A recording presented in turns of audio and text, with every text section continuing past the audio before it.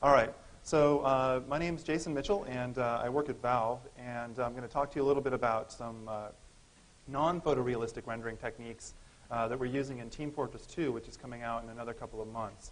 So I guess it's kind of a little bit of a different tack from the topics that, other topics in the course and other things that we've presented in the past, in that there's going to be a sort of a larger kind of art component to this. But so far, I think I'm going to have the biggest equation, at least in terms of font size, and we'll have that at the end. So don't worry, it's not all this art stuff.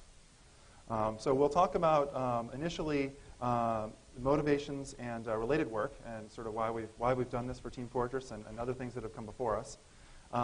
We'll spend some time talking about our guiding principles for designing the environments for Team Fortress 2. And then we'll spend the bulk of the time talking about characters from both a design standpoint and go into the actual gritty details of the lighting equations used in the actual interactive shading on the characters, and conclude with some ideas for future work.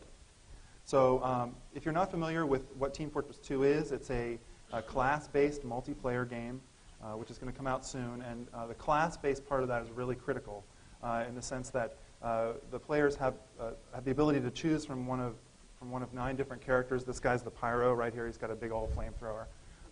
And nobody else has a flamethrower. They have other different weapons. And so each class is quite specialized based on their capabilities. And so they're really absolutely the core of any gameplay aspect in Team Fortress 2. And people who have play tested or seen Team Fortress 2 in action already have come away with one major impression, which is about its unique visual style. And this was chosen very specifically to serve gameplay goals, in particular to reinforce this class idea.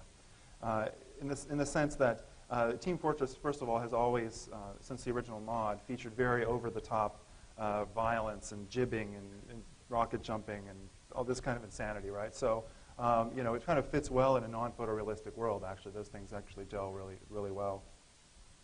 But really, for a graphics audience, kind of the central goal of this, though, is to focus on the ways in which this increases the readability of characters, in the sense that players can quickly, readily identify each other from all different viewpoints and all different lighting conditions within our game world. And of course, it doesn't hurt that this looks like no other game out there right now, so differentiability is a good thing, differentiation. So if you haven't seen it before, here's a quick look, some renderings from Team Fortress 2. So here's all the character classes, kind of hanging out here, showing off. Little attitude here from the pyro.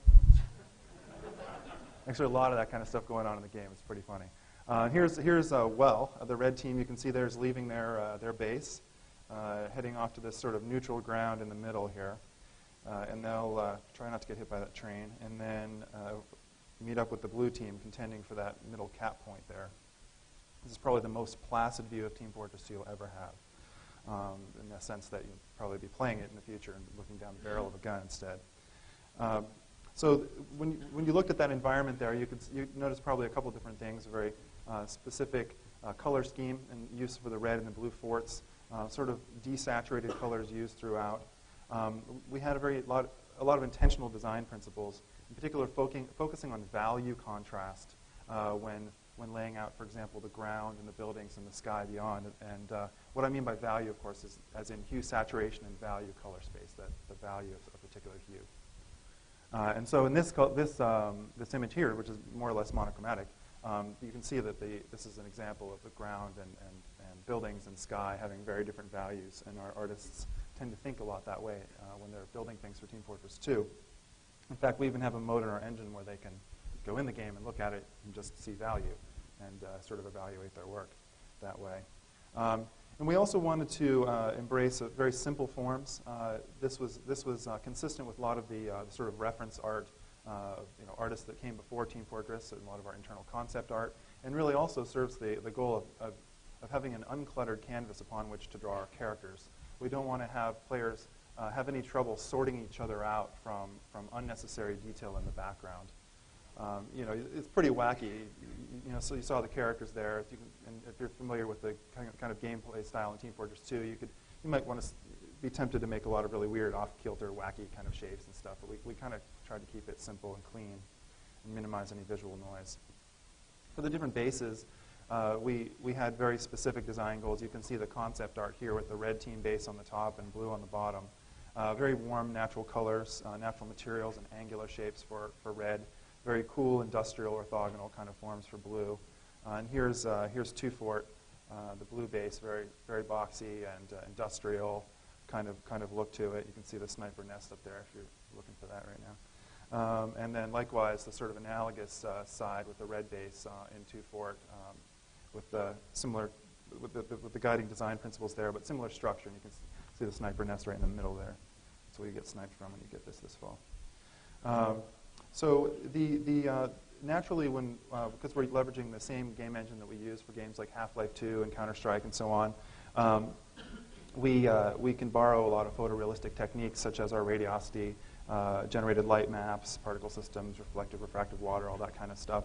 So a lot of the look of the world design in Team Fortress 2 comes from the art, from the hand-painted textures, which have very loose, visible brush strokes, and we make no attempt to really hide the painterly nature. We actually really want to embrace the visible brush strokes.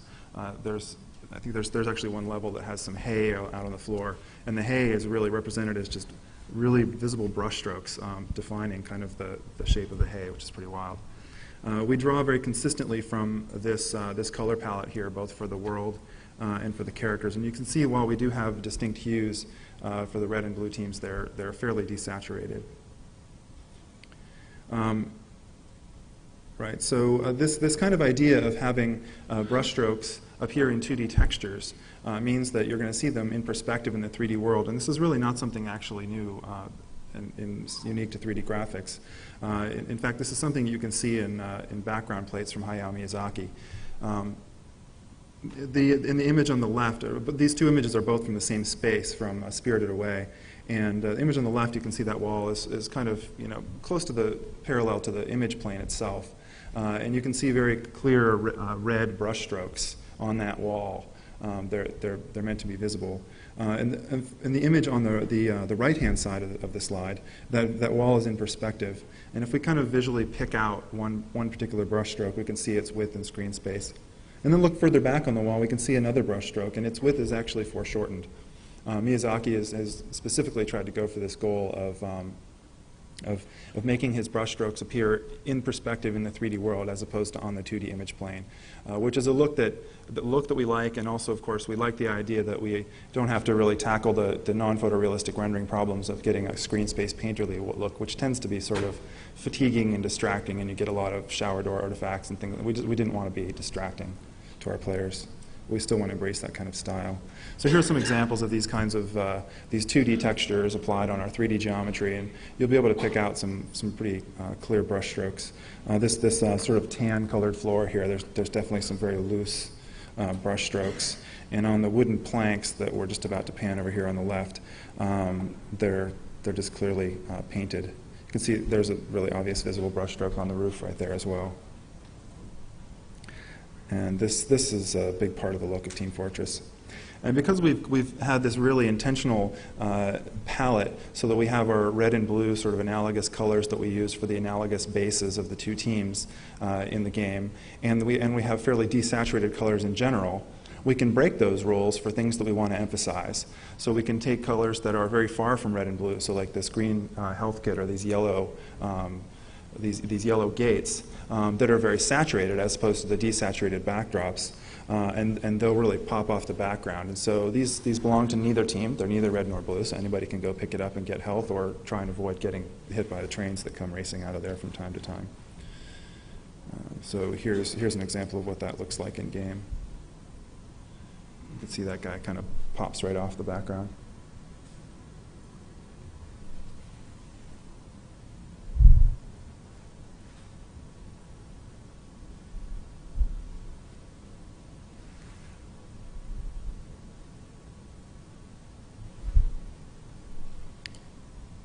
That's why I didn't do that. Okay. So, so that was kind of a brief look at how we think about world design in Team Fortress 2, and now we're going to spend the rest of the time talking about characters. We had some really specific design goals that were driven by the game play in Team Fortress 2. We needed the players to be very easily visible against the environment, quickly identifiable by class and by team, and what weapon was equipped by other players. And we wanted to communicate this via shape and shading and silhouette under all lighting conditions in our environments. So we looked to the non-photorealistic rendering literature for some ideas in this space. One work that's probably most similar to what we're doing in Team Fortress 2 is the work of Gooch from 1998. And what they did was they looked at technical illustrations and came up with this idea of using hue and luminance shifts to communicate surface orientation. So the basic idea being that in any diffuse lighting that you do in all of your games, you have this n.l for a diffuse Lambertian term. They would take that n.l and scale and bias it so that rather than being in the -1 to 1 range, it would be in the 0 to 1 range. And they'd use that essentially as a blend factor between these two other colors that are a function of kind of a warm yellow and a cool blue and the underlying albedo of the material itself. And you can see that what they gain from that. On the column on the right, those are good shaded spheres. And there's a light to the upper right-hand side there. And the conventional shading spheres on the left-hand column, they have no shape or definition on the back side relative to that light source because they've clamped that n.l and use just a constant ambient there. Whereas Gooch has this consistent shift of luminance and hue, so you always get some sense of shape across your object. Now in 2000, again, more literature from the NPR community, Lake sought to do kind of the exact opposite of this in the sense of taking that Lambertian term and actually reducing the amount of information that it communicates to you in order to achieve this stylized, cartoonish look. So they would take that n.l, scale and bias it again to get it in 0 to 1 so they can actually access a 1D texture, which contains, on the one half, it would contain a light color, and on the other half, a dark color. And they also recognize the generality of this idea of taking your lighting term and looking into this arbitrary function that an artist can paint, and and proposed putting like maybe a little white texel up at the right-hand side of that texture. And am I losing my mic? Okay, of that texture there, so they could get sort of a pseudo-specular highlight.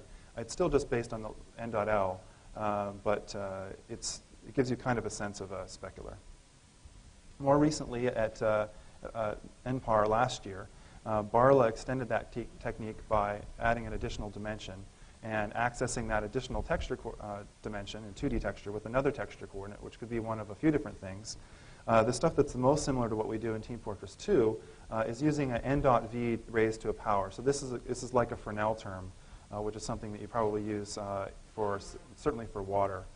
Taking the view vector and the normal vector, dotting those, usually raise them to a power, subtract them from 1, use that as a blend factor in your lighting equations.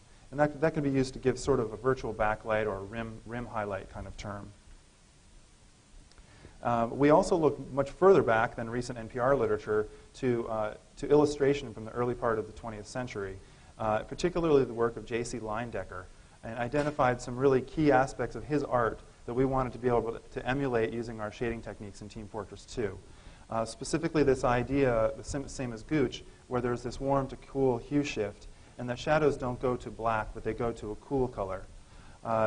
The saturation on objects often is increased at the terminator. That is the place where the Lambertian term crosses 0. The clothing folds are really a big emphasis for making strong silhouettes and defining shapes of characters. And use of rim highlights is also really central. So here are some examples of this from Leindecker's work. For example, we can see here on these characters, he's placed sort of this green light back behind them to cast this green highlight just along the rim of the forehead and the hair and the shoulder there to set them off from the black background. And we really like this look. It prevented him from having to use dark outlines on his illustrations to define the silhouette shapes. And it's something that we wanted to use as well to define our silhouettes.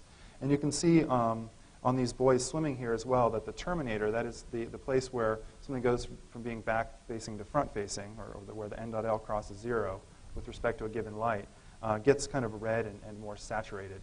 And this is particularly appropriate for skin, given its subsurface scattering properties. And Leindecker also was really into folds, and using folds to define shape internal to an object as well as define really strong silhouettes. And this was really interesting to us both from a stylistic standpoint and from the idea that the folds, especially if you look at the one on the cuff, on the arm of the football player there, that's something that's going to basically have the same shape even under rotation. So we're going to be able to see that character from different angles and still get that kind of look affecting the silhouette, which is something that we want. And you can see this reflected a little bit in some of our concept art here. In particular, the fabric on the engineer class from Team Fortress 2. And I've mentioned this idea of a rim highlight a couple times here so far, and the Francke term. So if you're not familiar with what this is, we have some illustrators on staff, and this was kind of an early frame from an animation that I'm going to show you actually at the end of the talk that one of our illustrators kind of took during the middle of development and overpainted to communicate to me how effective rim lighting really is. So you can see that this is something that the traditional 2D artists who think a lot about 2D image composition, this is the kind of thing that they paint in and use this device a lot. And I'll go back to that image that we were initially rendering. And then this is a hand-drawn rim highlight over the top. And this was what made me go write the shader code to make this happen. It was really compelling. So when we think about making these characters identifiable in Team Fortress 2, we think of the player as going through sort of this read hierarchy. There's kind of 3 phases that a player undergoes when they first encounter another player in the game. First, we want them to be able to identify what team they're on, and so they can sort of just quickly see the color, red or blue, friend or foe, is he on my team or not. After that, we want them to be able to really quickly identify the class of that character. So are they going to run? Are they going to attack? Are they going to team up with that guy if he's on the same team? Do they have complementary skills? Are they a good counter for one or the other? There's a lot of rock, paper, scissors kind of stuff going on here. And so we gave these guys very distinct body proportions. You can see there's some really skinny guys in the silhouettes we have of the 9 classes across the top of the slide. Some sort of bigger guys, some guys with big old hats, little skinny shoes. There's lots of variation in the sort of cuffing of pants to give us those internal and silhouette shapes caused by the wrinkling in the fabrics, which is also echoed in the normal maps that become visible when we start to actually shade the characters in. And so you can see once we've colored them in, we have some other conventions as well, in that we have this sort of dark to light gradient that we use from the foot to the chest height. The Pyro, who's in the very center, is the most obvious. Of course, he's a little charred, I think, but he goes from dark to light, from his feet to his waist, to again draw the viewer's eye up to that location. And that's where also a lot of the sort of high-frequency details are. All the logos and sort of clothing changes and things are all around the chest level to draw your eye there, which is the last read, which is the weapon, which is another critical piece of information for Team Fortress gameplay. All right, so that kind of sums up our design goals for the characters, and now we're going to get into what I hope is the biggest equation so far. So sitting through the art was worth it. I actually am really excited about the interplay between art and engineering that I see in particular coming out in the work in Team Fortress 2. It's really been a blast to work with the artists on this, and basically every innovation here has come directly from artists' input. So this is our lighting equation from Team Fortress 2. We'll break this cleanly along the lines of view-independent and view-dependent terms, and then we'll sort of drill down and break this down to give you a sense of kind of the novel things that we're doing here in real time to meet those design goals and use some of those same kind of visual cues that we saw in real illustrations. So the view-independent terms look a little like this. So the first one here, this A of n, so this is this ambient function of the normal. This is something that you've probably seen us present before.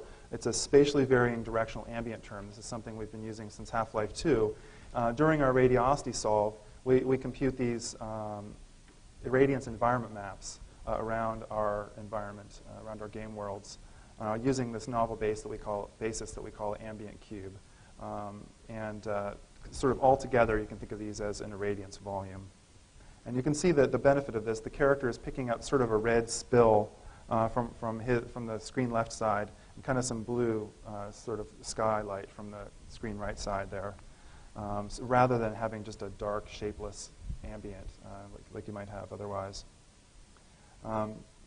We're going to have some modified Lambertian terms, and we'll drill down into those next. We'll take our usual n.l term, this is unclamped, so this is in the full -1 to 1 range, will scale and bias and raise it to a power. That's something that we do in all of our games, actually, and I'll go into a little more detail on that. The scale and bias are 1/2 and 1/2, so we have that same term that we saw in the Gooch slide earlier. So we have the 0 to 1 value that we then can put it into this function W, which is just a lookup into a 1D texture map. And now this particular 1D texture is something that our artists painted to try and mimic the sort of things that they were seeing in Leindecker's illustrations. And the things that are important to note on this are the sort of general dark gradient on the left-hand side. It's from very black to something less black in the middle. And then likewise from a bright white on the right toward the center of the texture. But in the middle, the transition from light to dark is kind of compressed and tightened into this little band, which is something that we observed in the paintings. And it also has a little bit of a red tint. So it tends to act as a filter on the light color to sort of favor the red light coming through. And you can see that what that does to the character's arm running at this diagonal here is the terminator. The terminator is not a hard tune shade thing. It's very intentionally not that. But it is kind of tight, and it does have kind of a red look to it. The light is off in the distance, and sort of it's an orange sunset, which is where you're getting the yellow coming from the other side there. And the weapon, you'll notice, doesn't have this red tint on it. The artists can specify different 1D textures for those, and so they've chosen sort of a harder grayer kind of transition on the weapon, so that's something that can vary for different materials. So summing those together, we get our bounced light from the ambient term in there. Of course, we have our base map, albedo, that's painted by our artists, and we can modulate that all together, and we get our diffuse lighting. As I mentioned before, we have this ambient cube, and this is something that we've shipped in all of our games since HL2. Let's see. All right. And actually, I'll just let you refer to some notes from last year if you want to look into that more. We have some more comparisons of that to spherical harmonics and whatnot in the past. And we'll move on to the view-dependent terms, which is sort of where the more novel work lies here. The first thing that you'll notice that's a little strange about the view-dependent terms here is that there are 2 Phong terms per light. That outer summation, that sigma there, is going to loop over light, so we support up to 4 local lights. And these 2 Phong terms will be used for, the one on the left is more of a material-specific one. That's one that will vary based on what the material is. And the one on the right is one that we think of as kind of a specific rim highlight term that's going to be associated with a given light. The rim highlight has this sort of broad constant exponent, and the material-specific one, as you can imagine, has some material-specific exponents. For the body and the weapon, you can see they're constant. If you look over the guy's shoulder a little bit, you can see his beard and his skin have different exponents. This is just the exponent viewed in grayscale here, and our artists have painted the texture for the head to give a varied specular exponent there. There are also different Fresnel terms for these 2 different terms. The one on the left is sort of an artist-tuned one. You can see this one's been kicked up a lot. It's really bright. In fact, I think the values there are higher than 1 even. They wanted to really kick up the Fresnel on that. But there is still a little bit of view dependence to it, because you can see it's darker on the normals that are facing us.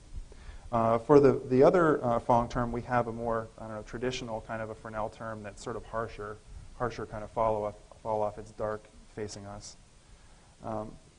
We have an optional rim mask texture, which is used for problem cases. A couple examples there would be we might get rim highlights around, if there's a light behind a character, we might get rim highlights around the nostrils and lips and things like that, which they aren't really true silhouettes, but as far as the math is concerned, you're going to get highlights there anyways, and we want to be able to mask out problem cases like that.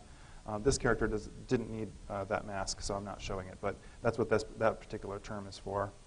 Of course, we do have this specular mask texture, which gets modulated with both of these terms, and this is just your typical thing. It's like your base map you have for diffuse. This is your term that gets to multiply against your specular, so you can attenuate or knock stuff out. You can see the weapons obviously started out as an ambient occlusion texture. So looking at the material-specific term for this particular guy here, for that sunlight that's kind of off the screen right there. You can see that there's sort of broader highlights on his skin, but sort of tighter, brighter highlights on the metallic weapon, sort of harder surface with a different exponent. But for the for the sort of the rim Phong term, it's a very sort of uniform rim that we get everywhere. And so combining those two together, we take the max. You can see there, I'll kind of go back and forth. So there's the max of those two terms. We didn't really want to add them together, so we'd get kind of double lighting. So we take the max of that to get our Phong contribution for the two Phong terms. Now, as you know, if you're game developers, it's certainly common for NPCs or player characters to move away from the light sources that were placed in your environments by your designers.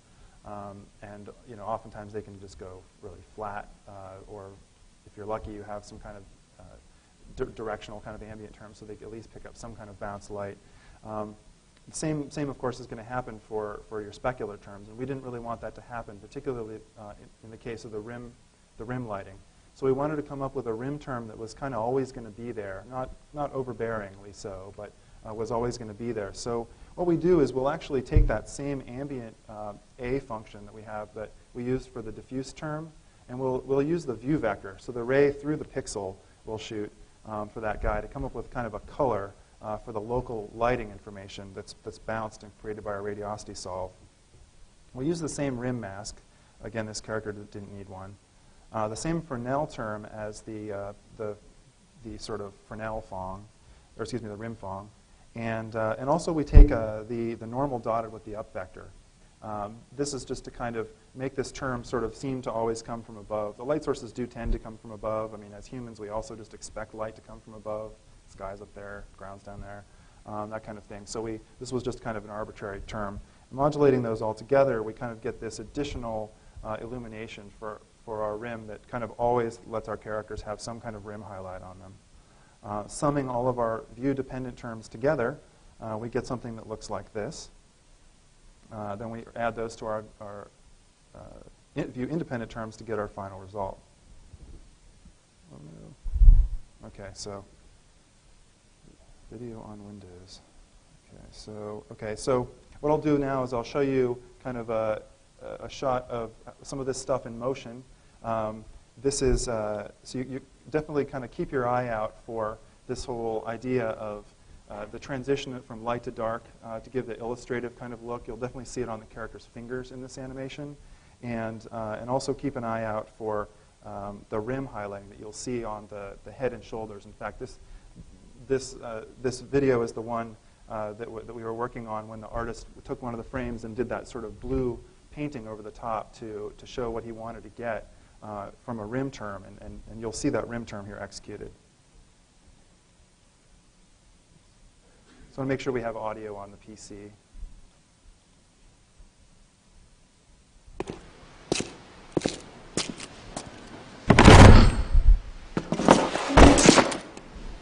I am heavy weapons guy. And this is my weapon. She weighs 150 kilograms and fires $200 custom tool cartridges at 10,000 rounds per minute. It costs $400,000 to fire this weapon for 12 seconds.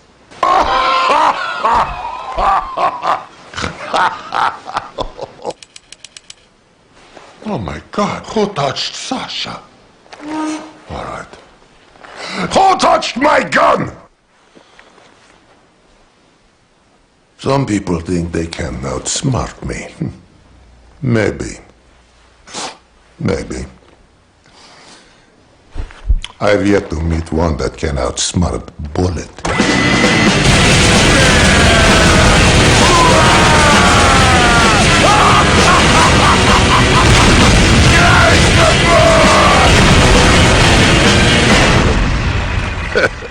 Cry some more.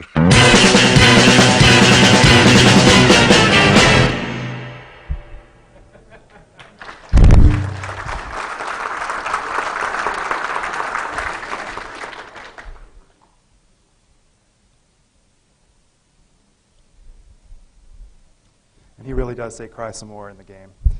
It's quite hysterical, actually. all the characters have crazy things like that are going on.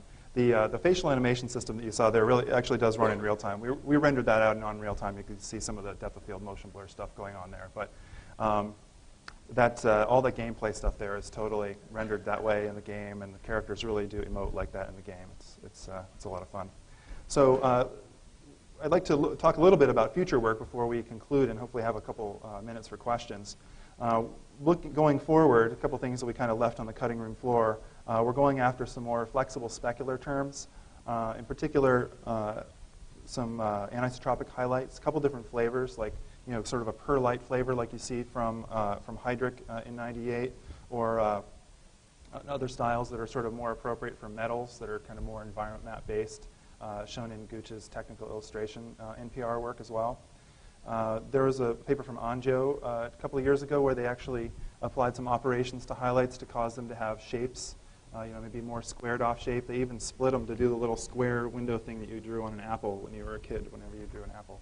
But in computer graphics for particular materials. Based on the curvature of an object, the width of the Fresnel term can vary a lot, and also based on the and of course that's a function of just the overall shape as well as the tessellation level. So we'd like to be able to come up with something a little more robust and reliable as far as guaranteeing certain widths of Fresnel terms. So what I'm pointing out there is that the foot around the ankle there has very high curvature and high tessellation, and there's a very narrow Fresnel kind of region there. So our rim highlight's going to be kind of nice and tight, and maybe the thing the artist would paint if he could.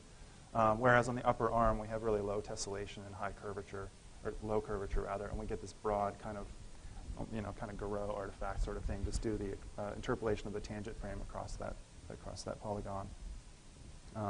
Image space contrast enhancement is another NPR kind of technique that's come about in the last year or so that a lot of actual painters use to emphasize certain edges by increasing contrast, and this is something I think would fit really well with Team Fortress 2. And there was a paper presented at NPAR just the other day by DeCoro and his collaborators where they actually applied some modifications to shadow depth mapping, and one of the things that they did was abstract the shapes. So you can see this shape has some sort of little details on that pot there that don't appear in the shadow. It's a sort of simpler representation. I think that would work really well in Team Fortress as well. So in conclusion, we covered some motivations and related work. We talked about the design principles for our environments and our characters, and focused on interactive shading in particular, and how we brought this stuff to real time. Concluded with some ideas for future work. So I guess with that, I'd like to thank you for your time and open the floor to questions.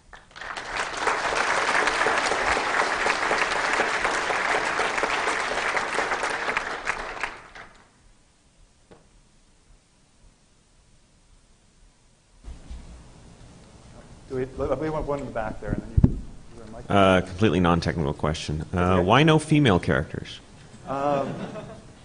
That's a raging debate.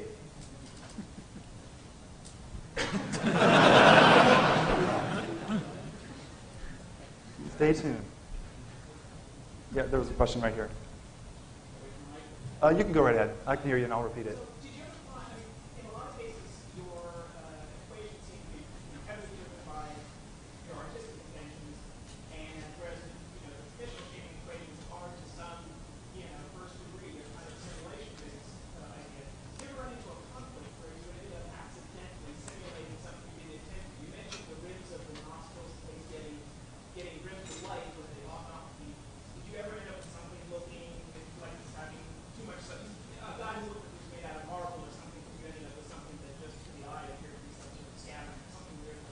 Right, so the question is about if we sort of overdid it with any of these terms at any point and actually ended up with some of these sort of more traditional, maybe physically based models conflicting with the ones that come from art.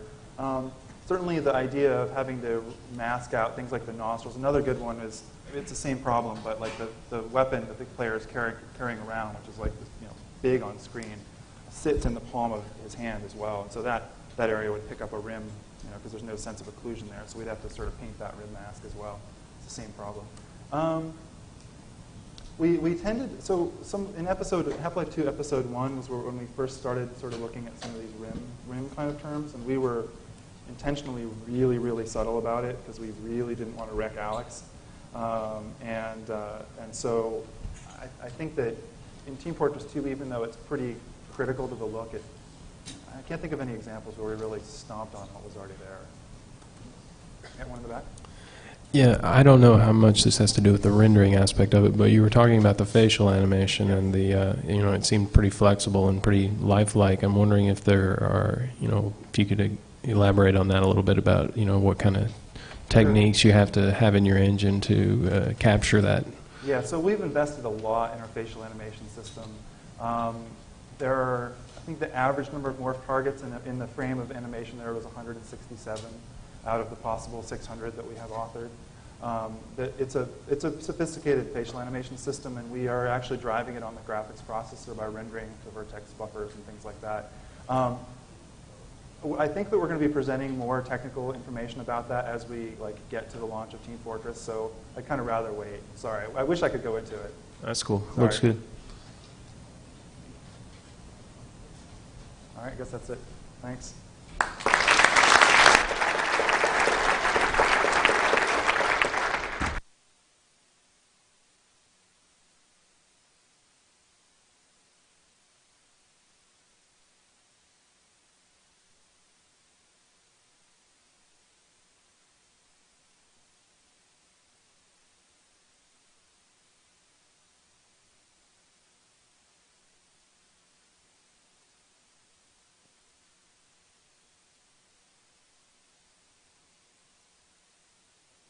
Hello. Yeah, now it works. Great.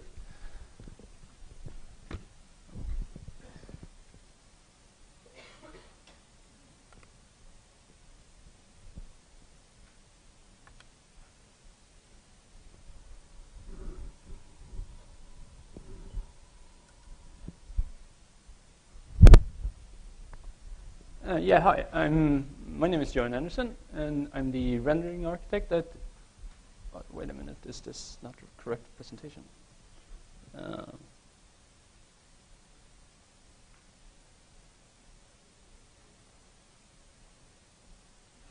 Natasha, where did you put it? Right. Yeah.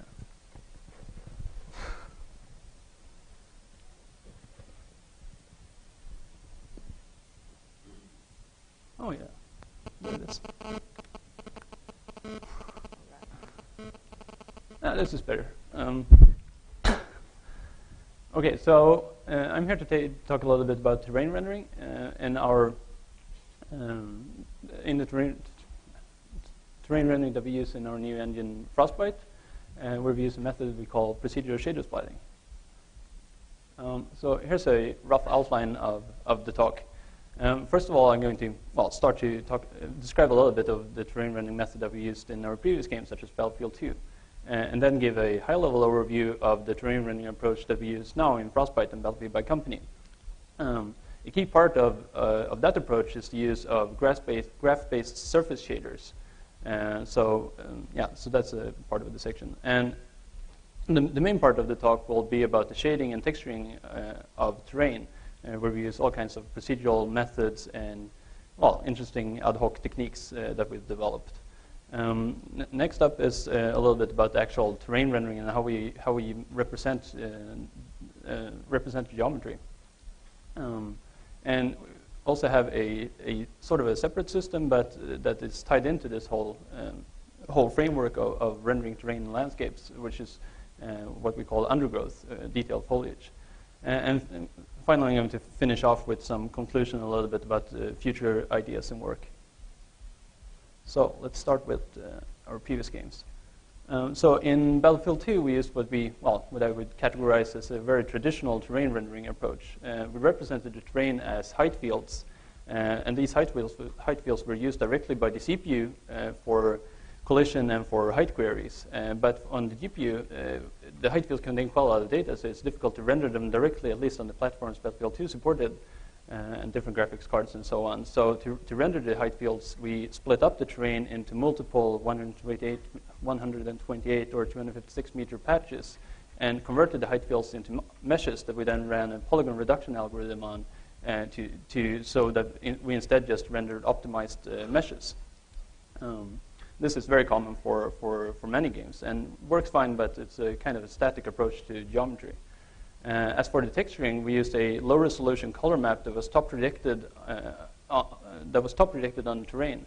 And this color map is unique over the entire terrain, so it's kind of easy for the artist to paint in whatever detail they want on the terrain, or even generate the color maps offline in programs such as Terrain. Though when standing up close on the terrain with the character and looking straight down, the resolution just using this simple color map isn't really enough. So we used a combination of multiple types of tiled detail maps to increase the perceptual resolution of the color map. So the main method that we used is to, well, for different materials, have a individual detail map that was tiled on the terrain, and then in order to control the blending between different materials, we used a detail mask map, which is a RGBA texture where each channel describes the visibility of a specific detail map. Using these detail maps up close really increases the resolution, but it's kind of costly to combine 3 or 6 different detail maps for every single pixel that is visible. Wait a minute, just move my mobile. Yeah, it's kind of expensive to combine all of these, so the view distance of the detail maps was a little bit short, and also on the PCs, you can run in any kind of resolution. So we really, well, so the color maps, you could still see the color maps in the distance, and they could be a little bit blurry. So we added another type of detail map, a macro detail map, that was always on and just added some extra detail to the color maps. This kind of a texturing approach, where the whole terrain is seen as pretty much a single material, but using textures to combine, is very common for many games.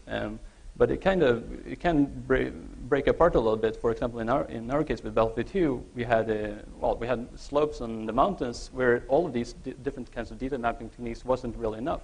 So we had a special case where we side predicted detail specifically for the mountains. And also this combination of having static geometry, static textures, and a fixed compositing scheme makes it real difficult to dynamically add detail or materials to the terrain, which is something we wanted to do to be able to destroy the terrain using different kinds of weapons. So in our new game that we're working on, Battlefield Bad Company, which we've been developing now for the Xbox 360 and PS3 in parallel with our new engine Frostbite, and there were quite a few new requirements that we had on the terrain. One of the main requirements was, of course, that we had to run on the next generation consoles, and the consoles has a little bit more limited memory budget. And just taking the BF2 methods, BF2 texturing methods, and increasing the resolution of the textures and adding different kinds of textures and functionality, such as normal maps, is really difficult to do, and as well as fitting that into memory with everything else that's going on in this big environment. So that was a big requirement for us to reduce the memory usage. Another thing that we really wanted to do is to just increase the visual detail on the terrain, both when up close and looking straight down at the material, and when very far away. We have helicopters in the game, so we can see. We really wanted to get a true horizon that you can actually see in those types of vehicles. And as I mentioned, we also wanted to add destruction, both geometric destruction, where you can actually physically alter the height fields dynamically in the game. For example, when an artillery strike hits or a tank is shooting straight on the terrain. But we also want to change the texturing and shading of the terrain. So one of the first things that we implemented was to use, instead of using static meshes, height fields converted to static meshes, we started to use height fields directly as GPU textures, which pretty much all the modern graphics cards support. So our height fields are represented as 16-bit integer textures that are then used in the vertex shaders to be able to get the Y position of the vertices pretty much. And we also use these GPU height field textures for deriving the normal of the terrain on every single pixel, which gives you a really high resolution, really high detail normals far away in the terrain, which solves that part of the requirement. That part.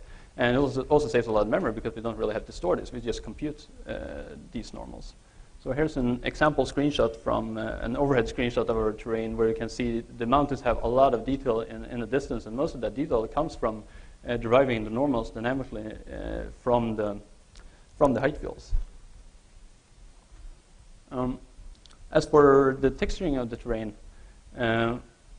one thing that became quite apparent also with all of the different requirements that we wanted to compute a lot of more parts of the shading, texturing, and material compositing instead of storing it in individual textures as we did in BF2. So we had to have a general idea and an approach where we use procedural techniques in our shaders. Instead of storing it, use procedural techniques in our shaders. That reduces memory requirements quite a lot, but it also allows us to exactly dynamically alter the compositing of the terrain shaders, which is exactly what we wanted for destruction. The second part of our terrain texturing approach is the ability for artists to create these procedural terrain shaders, and the shaders determine both the look and the visibility of the materials. And they are specialized to individual materials and then can be splatted arbitrarily over the terrain and even overlap each other. And this is similar to a very popular terrain texturing technique called texture splatting that Charles Bloom did in 2000. But instead of splatting individual textures, we splat procedural shaders on top of the terrain. So we call this technique procedural shader splatting. Just as in BF2, where we have the specific case of handling a mountain material that we didn't really get enough detail on,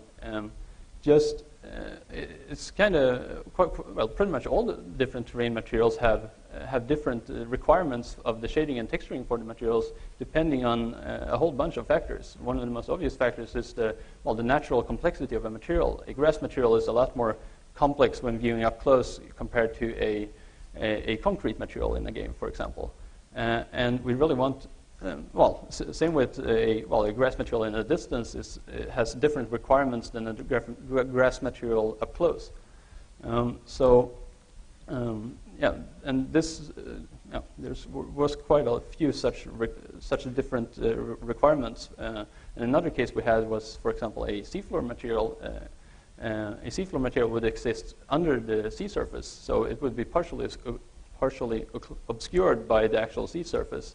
And in BF2, we would still have to store the color maps and the detail maps and using a quite expensive shader for that material, even though it's partially obscured, and could probably be using just a single color map or something like that. And same with when using materials with different features. If you have a rocky surface, we really wanted to be able to add parallax occlusion mapping or other such techniques to really show the geometrical complexity of that material.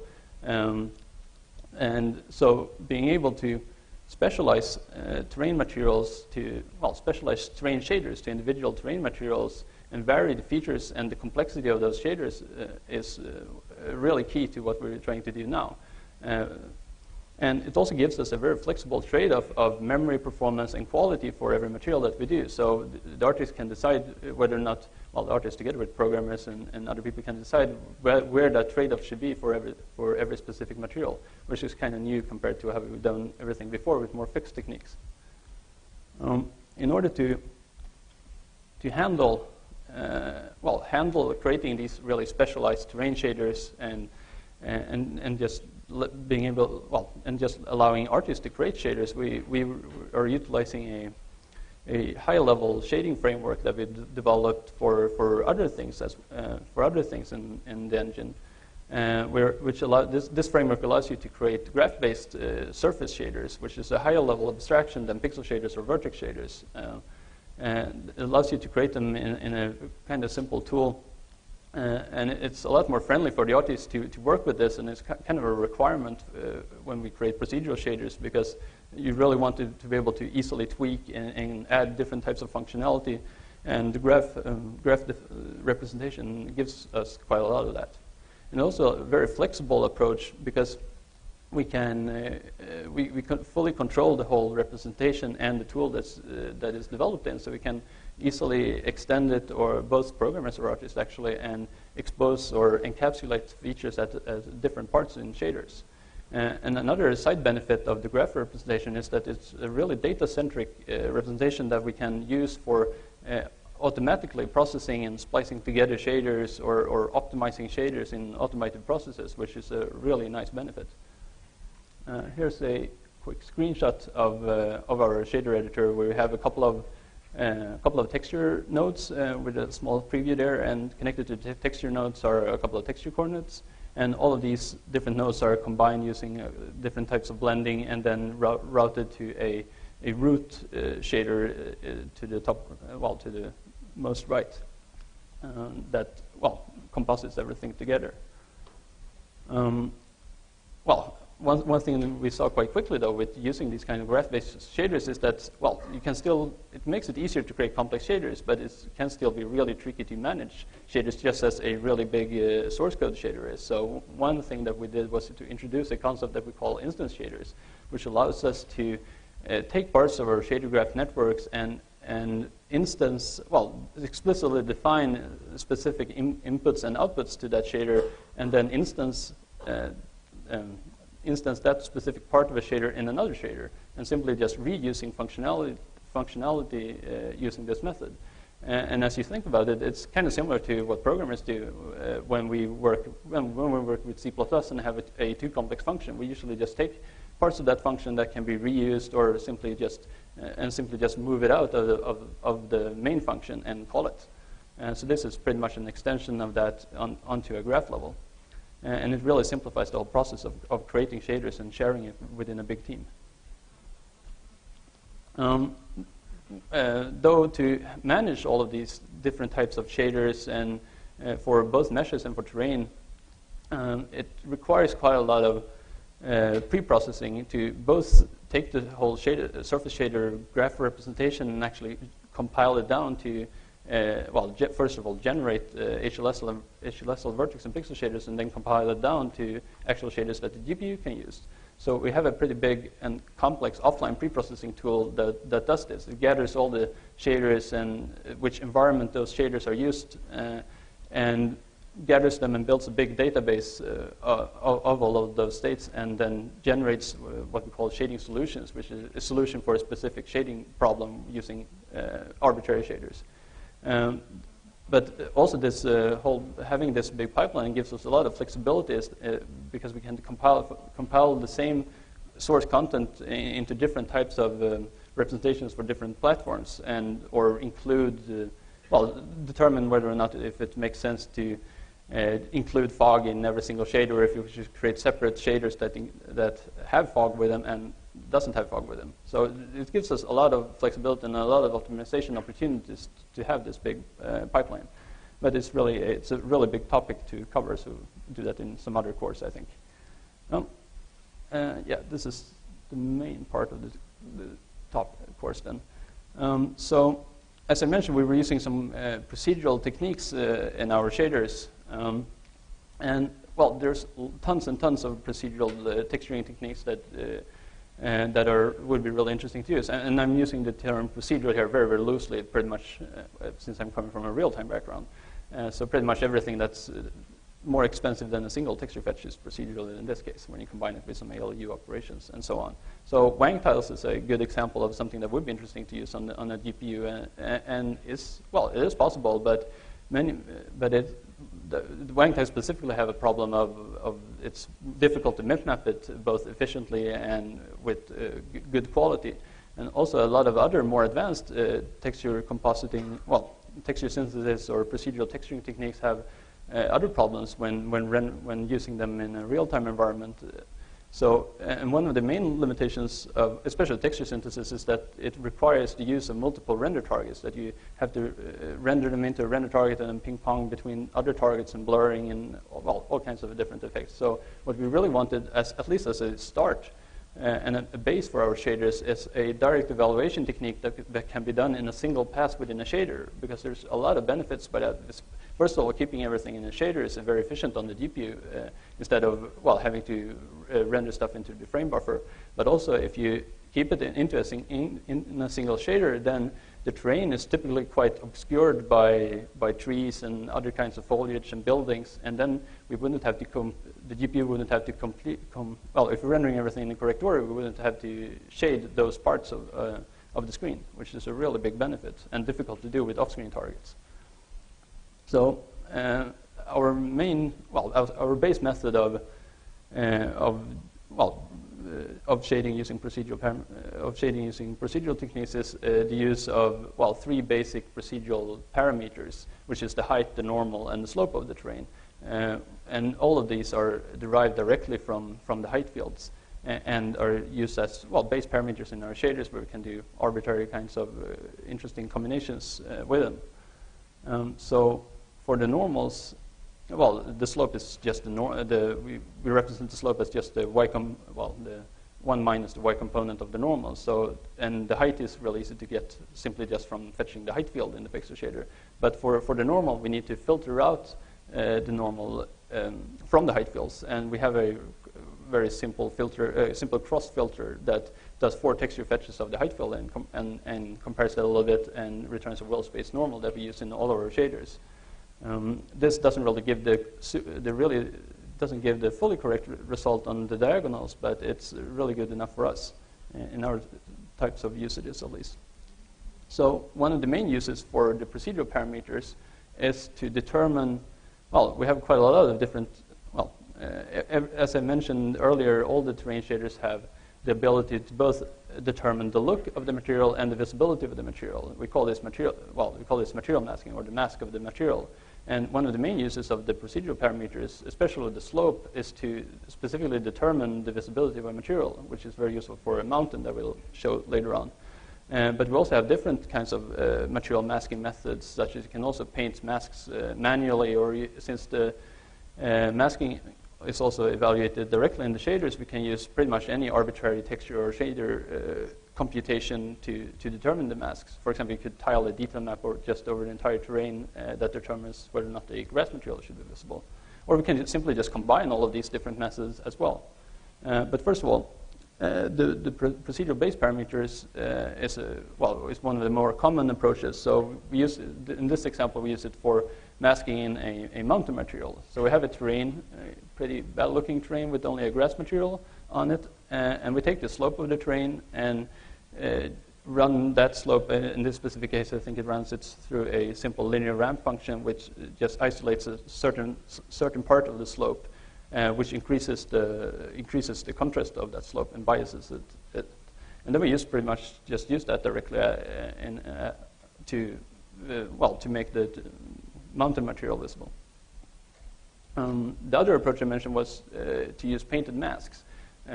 We support this because, well, it's really difficult to represent all the types of material that we have solely on a procedural basis, especially with the kind of very limited toolset, limited type of procedural calculations that we utilize. So we use painted masks, which is simple grayscale masks that are painted on a per material basis, and we use this for example, in this screenshot to add the fields or to add small paths or specific natural roads that blend into the materials. And it requires the storage of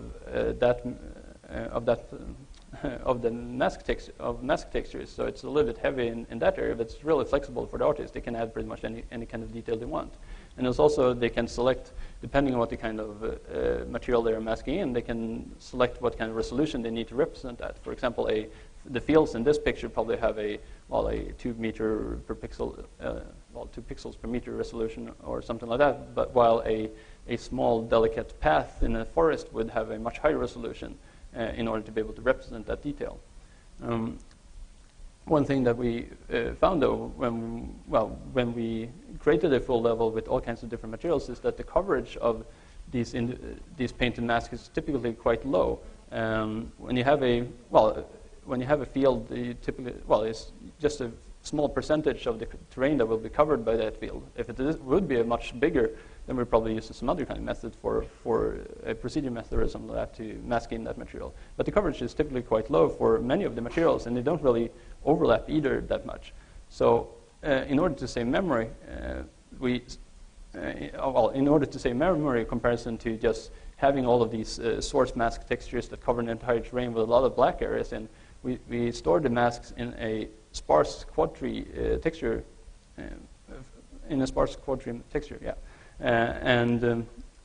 which we do by taking the source masks and splitting up into 32 by 32 pixel tiles.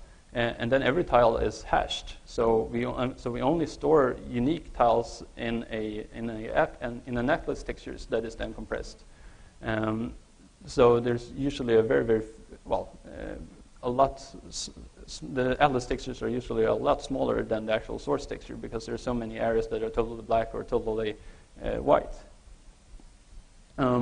And in order to be able to use the atlas texture, we also need to store information in other textures to know which area of the terrain uses which tile. So we create two textures, one that covers the entire terrain, or rather the area of the specific source mask textures.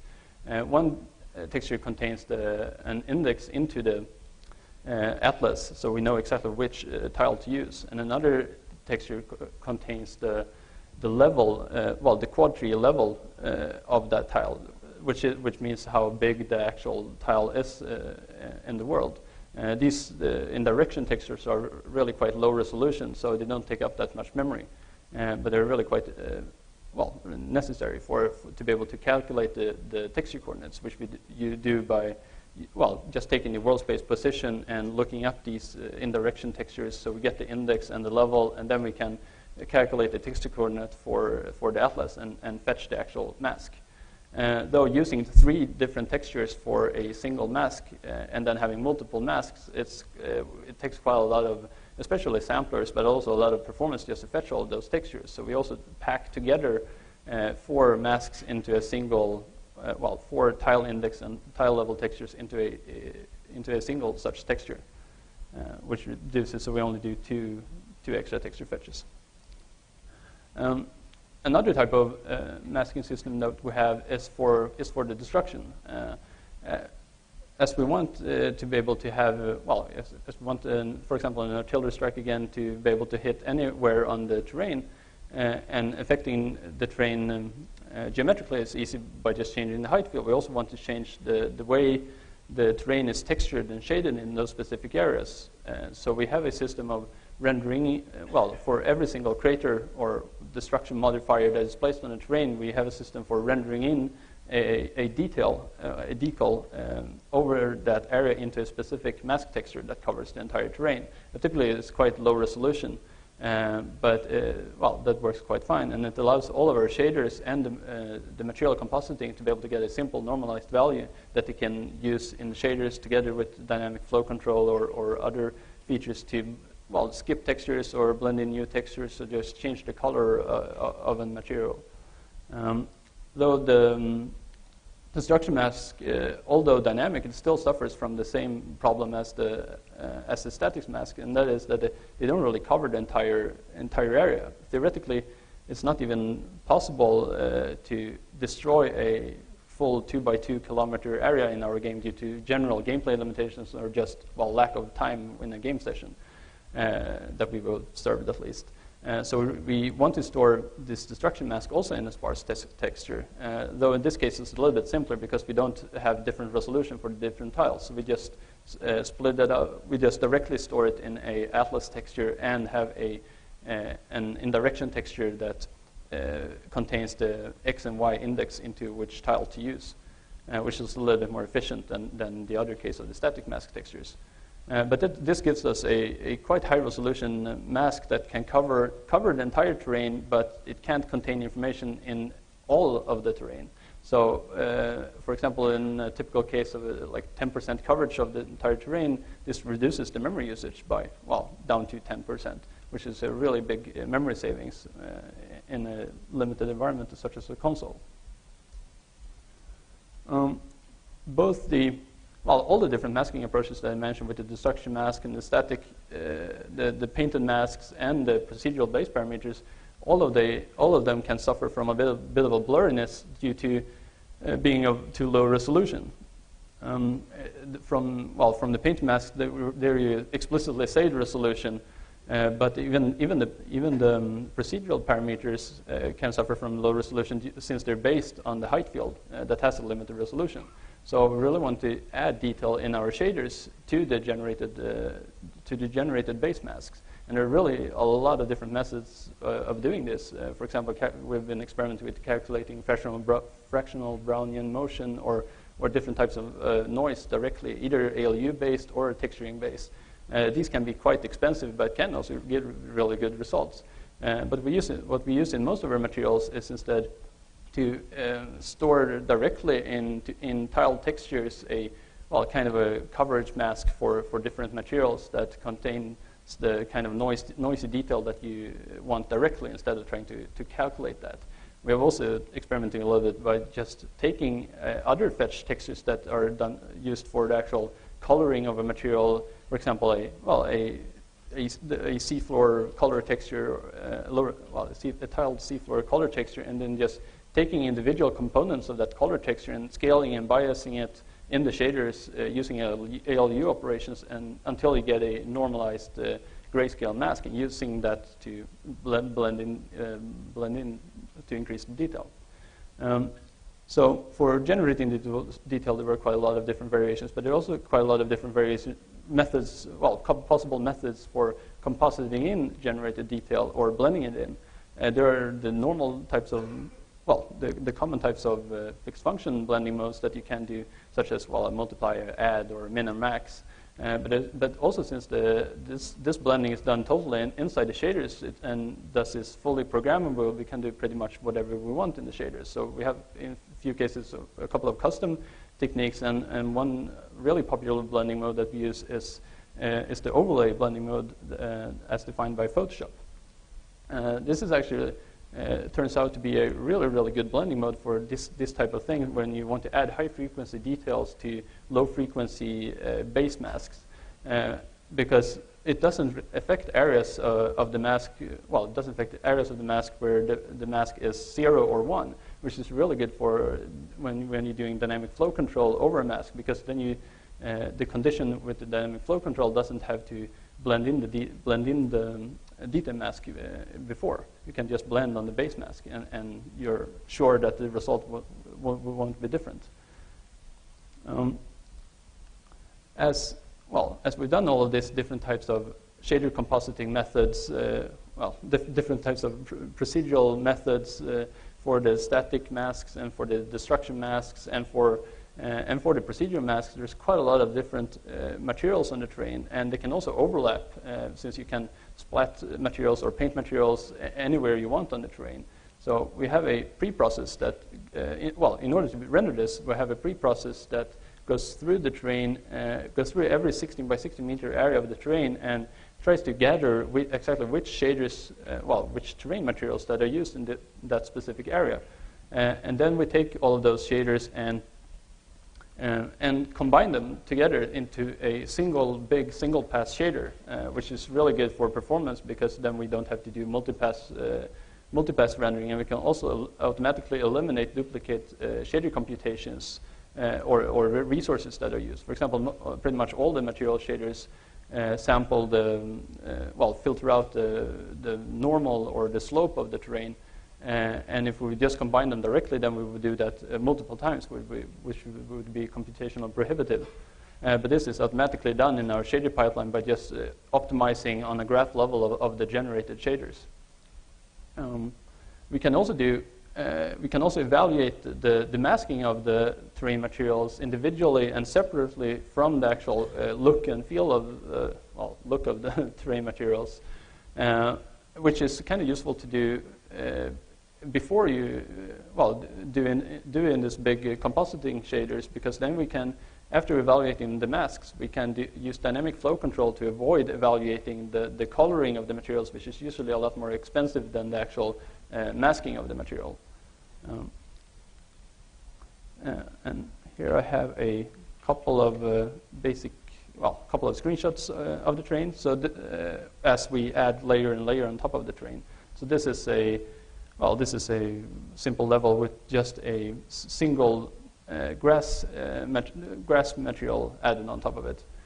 But the grass material, though, it's the bottom layer, so it's kind of a complex shader in itself. It uses a top projected, as a base, it uses a tiled grayscale detail maps that is then colored in the shaders, and they're colored a bit differently depending on the slope of the terrain. So you get some kind of yellow variant, on the slope. And also, in order to create some low frequency details, which is kind of difficult, actually really difficult to do realistically in the shaders, the artists have created a low resolution intensity map for this specific level that just gives you parts of the nice things that you can get from using color maps, just to get some low level frequency variations. The next material that we add on top is a dirt material that also exists on the slopes of the terrain, and that just it's a little bit difficult to see from this far away, but it adds quite a lot of detail on the terrain in general. Another material is a seafloor material that I mentioned a little bit earlier. It's actually a really simple shader because it will be partially obscured by the sea surface, but it's added on top of the other things here. Then we have fields.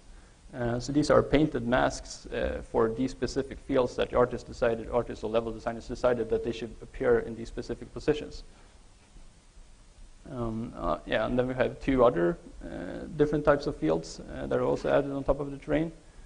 And then we have a slope-based cliff shader, which actually the actual shader is quite different from most of the other ones because this will solely exist on slopes of the terrain. So for the texturing, for the actual color texturing in the shader, we use a lot of side predicted normal maps and color maps in order to create high resolution content just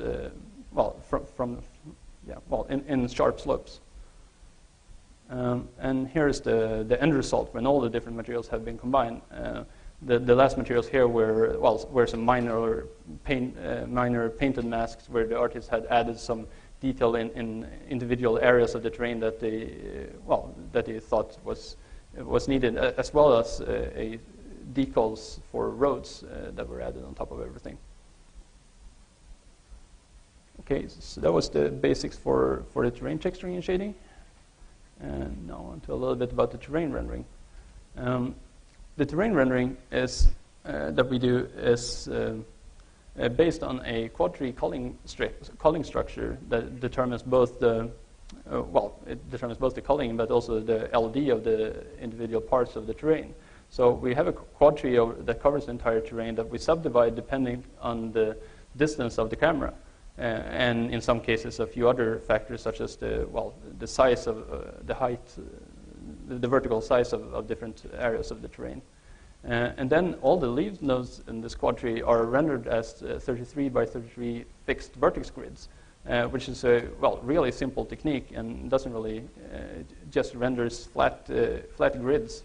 And it uses in the vertex shaders it uses vertex texture fetch. So we fetch the height field texture directly in the vertex shader to determine the Y position of the vertices. On some platforms, vertex texture fetch isn't really supported or is slow. So that in those cases, we have a system of, we have a pool of small 33 by 33 vertex buffers that contain only the height that we dynamically sample from the actual height fields and use them instead, which also works quite nice, but it takes a little bit more memory. And the fixed vertex grid resolution that we're using here for the rendering is quite important in order for ground destruction to work well, because the ground destruction can add geometrical detail on anywhere on the terrain. So if we had the approach in BF2, flat areas of the terrain would already have a really low resolution geometries, we wouldn't be able to add a crater in those specific instances. Though there are a few problems just when using the fixed vertex grids, and that is when patches, when quad tree nodes of different LOD are subdivided so that they are just next to each other, you will get T-junctions just between the different patches. And this, T-junctions usually can lead to some flickering, but in this case it's kind of severe because since we fetch the heights of the vertices directly in the vertex shader, if the terrain isn't flat in those areas, then we will get big triangular holes in the terrain. So we really need to be able to fix this, which fortunately is actually a very simple solution to it. And it's a two-step solution where we first limit the quad tree subdivision into supporting at the maximum only one level difference between neighboring quad tree nodes. And then for the rendering, to remove the actual T-junctions, we determine which quad tree node neighbors which other quad tree node.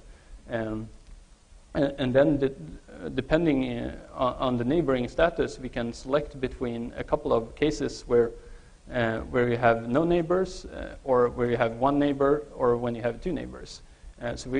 So we just select a different index buffer that removes these triangles that created the T-junctions. And we only need 9 different permutations for this.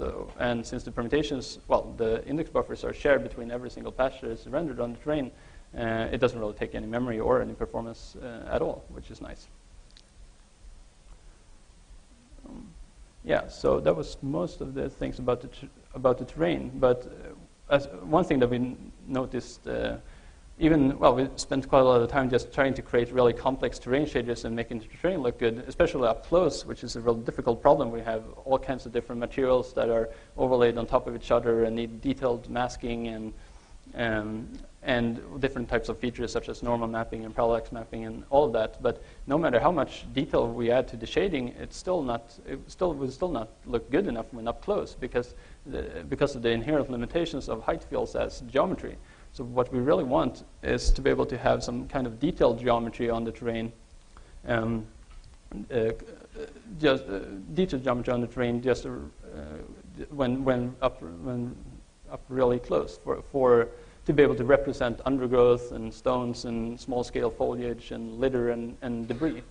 But this detailed geometry also needs to be able to be updated with destruction. So if you have an artillery strike hitting a big field of grass, it's really and thus changing the geometry directly in the height field and changing the texturing and material composition on the terrain.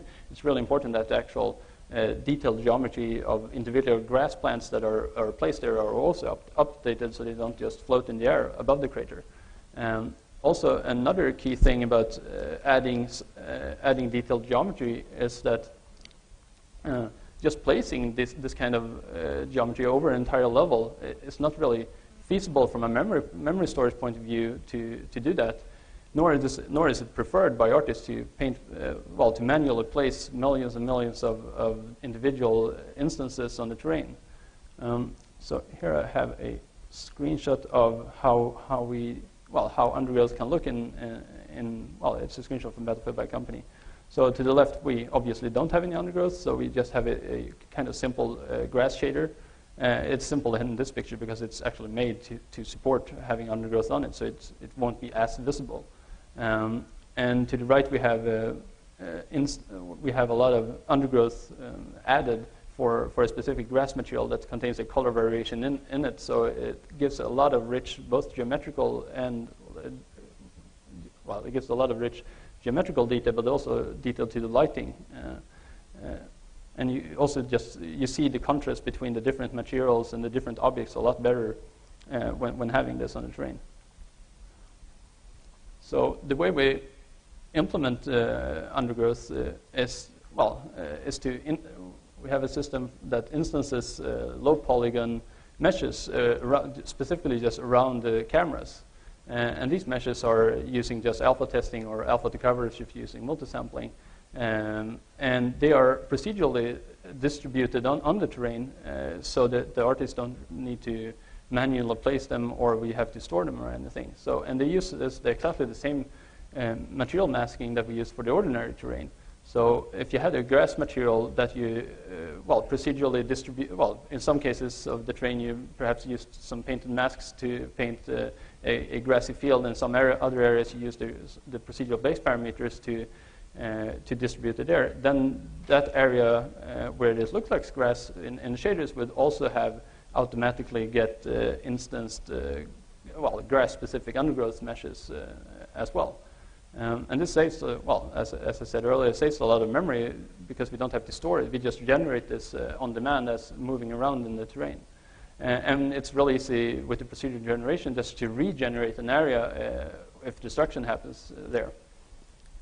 And this whole process is also GPU assisted, which I will go into some detail in a second after this. So we, in order to support the undergrowth, we overlay a virtual grid over entire terrain, which give a grid of 16 by 60 meter cells. And as you move around the terrain and your view changes, we dynamically allocate patches. Allocate those cells if they're within a certain view distance from the camera. And the cells only contain a list of 4x3 instancing, a semi-static vertex buffer of 4x3 instancing transforms, and a list of which meshes belong to which instances to render. So it's a very simple data structure, but that can be quite efficiently used and generated. So for the actual generation of these instances, or the distribution of them on the terrain, we use since all the terrain shaders are, since the material masking is determined fully in the terrain shaders, we need to use the GPU to be able to know which area of the terrain contains which materials. So, and also it's a really big performance benefit of being able to use this. So what we do is for when as a undergrowth cell becomes allocated, that it moved into view or something like that, then we take render an orthographic top projection of the terrain over that specific cell, and render out using custom terrain shaders that are also automatically generated, but custom terrain shaders that render out 4 to 8 different terrain material masks. So we know the terrain material visibilities over the entire undergrowth cell. And we also generate out a terrain normal there, because it can be a little bit of an expensive thing to do on the CPU to dynamically filter out the normal, and we can do it easily in the same pass in the terrain shader. So these small terrain mask and terrain normal textures, it's only a 64 by 64 32-bit texture that we can then, as a second step, go scan through this texture, and depending on which material is visible and which areas of the terrain we want to distribute meshes in those areas and fill this instancing buffer that we have. And this process at the moment happens on the CPU or SPU on the PS3, but it's actually a really good fit for the new D3D10 feature, stream output, where we can, on the GPU, scan through the texture and do the distribution. But we haven't tried that yet, though, but it would be really quite interesting. So the actual distribution works by having for every terrain material, you specify an undergrowth density, or you can multiple undergrowth densities. And then for that material, we create a grid over the cell, and the grid size is determined by the material density. And this grid determines sampling points sampling points within the cell. And at those sampling points, we will read back the terrain material textures to know which materials to distribute in those specific areas. And we use a very simple distribution structure of having a jittered grid. So every sampling position within the grid is randomly offsetted by half a cell size, which gives you a very uniform distribution of instances, but also a very but it's also quite varied without being totally random, which can be quite bad for performance, because then any kind of plant could overlap any other kind of plant.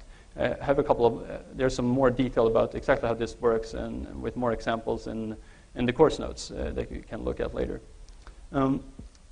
Also, the whole random and dynamic, the whole random nature of the undergrowth distribution really needs to be deterministic. So we use for every undergrowth cell, when we start to generate it, we use the virtual grid cell position as a seed for all the pseudo-random calculations that we're doing. And this is important both when playing locally in a game, because you can move away from an area and then that area will be reused. And then as you come back to that specific area and the cells need to be regenerated, you would ideally like to have the cells, the distribution to be the same. And also over the network, since we don't really store that much data, we just generate these using seeding the pseudo-random generation really helps it to look the same across the board. Though in practice, for most materials, it's probably not really that visible. And these undergrowth meshes doesn't affect collision or any kind of physics, so it probably is quite fine even without this. As for the rendering of the undergrowth, we use the undergrowth is just a collection of a long collection of a lot of different meshes.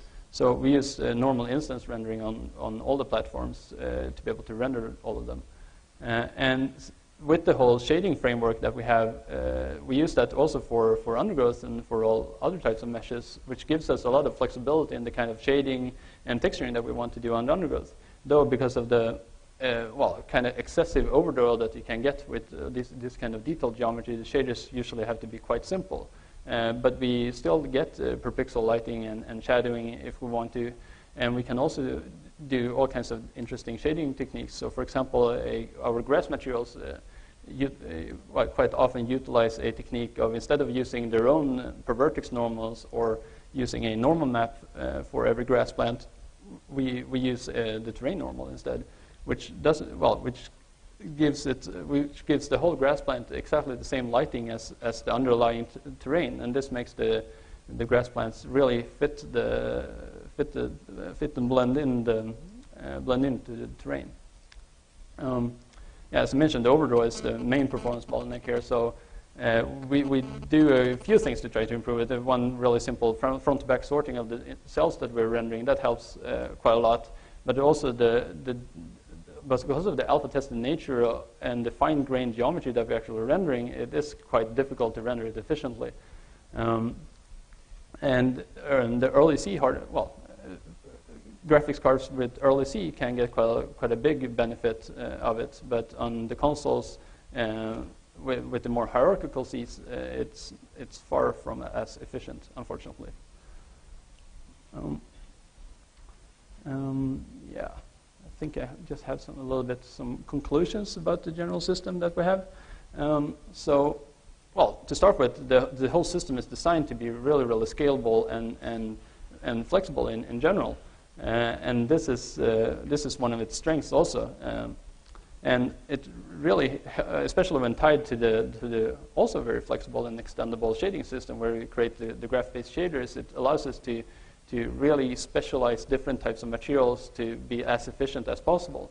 Though the whole procedural nature of the shaders makes them, on the other hand, a lot more complex than ordinary shaders in most games.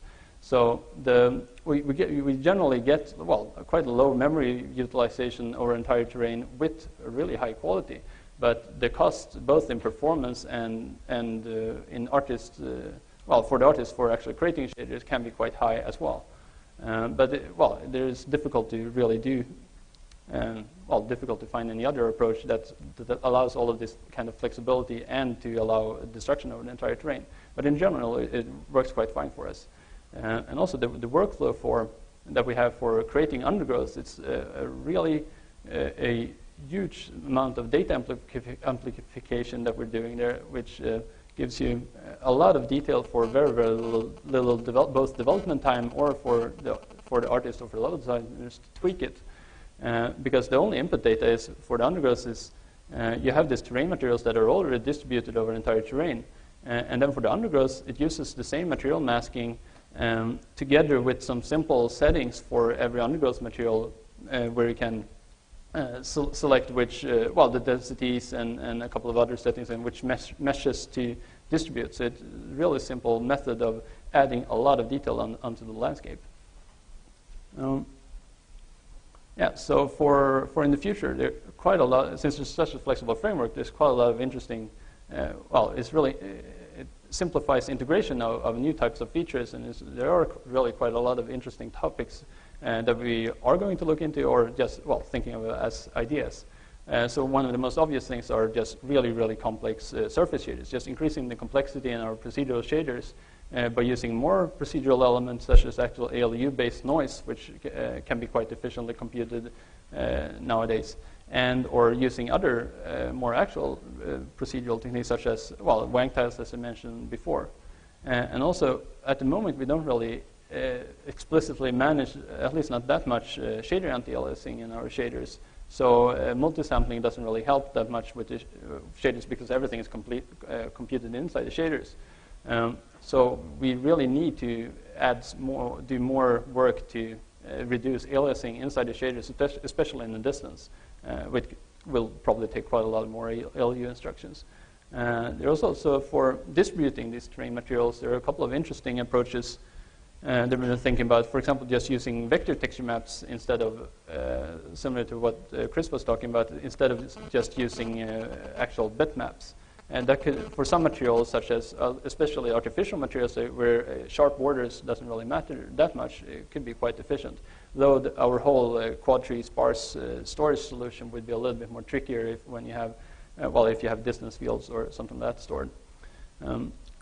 Another big, really interesting idea is to extend the whole system to, instead of only doing direct evaluation in the shaders and computing everything for every single pixel at every frame, is to use to render parts of the shadings, or perhaps all of the shading, into cached offline textures, and then combine that with doing, it's both a benefit by itself, because then you can, instead of computing for every frame, you can recompute lower frequencies at a lower rate, which could be a really big benefit. And also it would make it possible to utilize the more advanced texture synthesis methods, which depend on this, as I mentioned earlier in this talk. Another quite natural extension would be to use actual displacement mapping on the terrain, since we, in the shaders, calculate a really rich detail with taking the normal of the terrain and then overlaying all kinds of other normal maps. If we instead used bump maps, we could render that out into textures and use those textures together with dynamic adaptive tessellation of the terrain and actual displacement mapping, such as we were talking a little bit earlier in the course. And also for the undergrowth, there are a lot of interesting areas there. Now we use the kind of simple jittered grid pattern of distributing individual plants on the terrain, but we could also, that suits, it's really made for grass material, but you could also be able to extend that whole system for more natural distribution patterns, for example, for flowers there's a lot of other types of distribution methods that we'd be able to do there. And also, as I mentioned, also to move it fully on the GPU using stream output on some platforms or on the SPUs on the PS3. So I think that was pretty much it. So do we have any questions in general? No? I do. I have a question. Okay, thanks.